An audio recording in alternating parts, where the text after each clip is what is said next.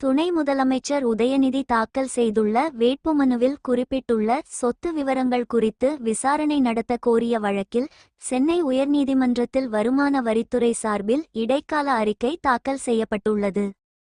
தமிழக துணை முதலமைச்சர் உதயநிதி ஸ்டாலின் தாக்கல் செய்துள்ள வேட்புமனுவில் குறிப்பிட்டுள்ள சொத்து விவரங்களுக்கும் கடந்த 2021ஆம் ஆண்டு சட்டமன்ற தேர்தலின் போது தாக்கல் செய்த சொத்து விவரங்களுக்கும் முரண்பாடுகள் உள்ளதாக கூறி உதயநிதி ஸ்டாலின் போட்டியிடும் சேப்பாக்கம் திருவல்லிக்கேணி தொகுதி வாக்காளரான குமாரவேல் என்பவர் சென்னை உயர் நீதிமன்றத்தில் வழக்கு தாக்கல் செய்துள்ளார்.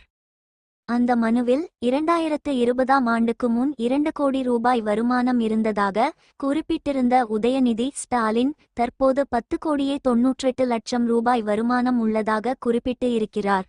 வருமானம் மற்றும் சொத்து அதிகரித்தது கூறும் குறித்து உரிய விளக்கங்கள் தெரிவிக்கப்படவில்லை என்பதால் விசாரணை நடத்த வருமானவரித்துறைக்கும் கார்ப்பரேட் விவகாரத்துறைக்கும் உத்தரவிட வேண்டும் என மனுவில் கோரிக்கை விடுத்துள்ளார்.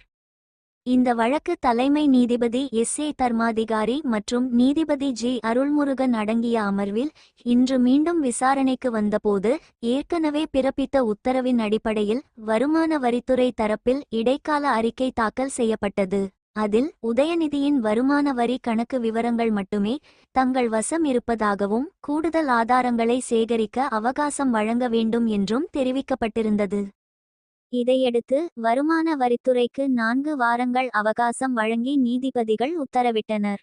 இதேபோல சென்னை மயிலாப்பூர் தொகுதி பாரதிய ஜனதா கட்சி வேட்பாளர் தமிழிசை சவுந்தரராஜன் தாக்கல் செய்த வேட்புமனுவில் கூறியுள்ள வருவாய் ஆதாரங்கள், நிதி விவரங்கள் மற்றும் பரிவர்த்தனைகளை ஆய்வு செய்ய வருமான வரித்துறைக்கு உத்தரவிடக் கோரி தொகுதி வாக்காளர் கௌதம் சிவா தாக்கல் செய்த மனு மீதான விசாரணையையும் தலைமை நீதிபதி அமர்வு 4 வாரங்களுக்கு தள்ளிவைத்துள்ளது.